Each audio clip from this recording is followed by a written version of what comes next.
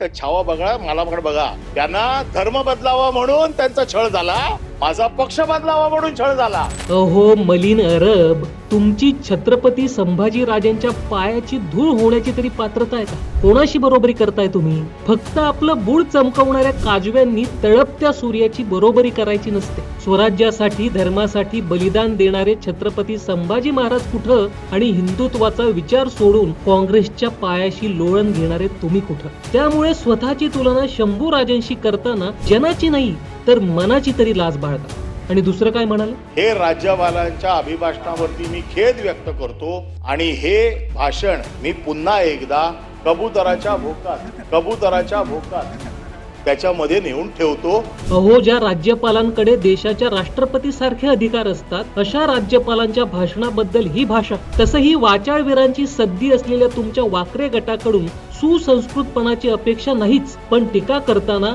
सभागृह आणि राज्यपाल पदाची किमान गरिमा बाळगा आणि छत्रपती संभाजी राजांशी केलेल्या तुलनेबद्दल नाक घासून माफी मागा.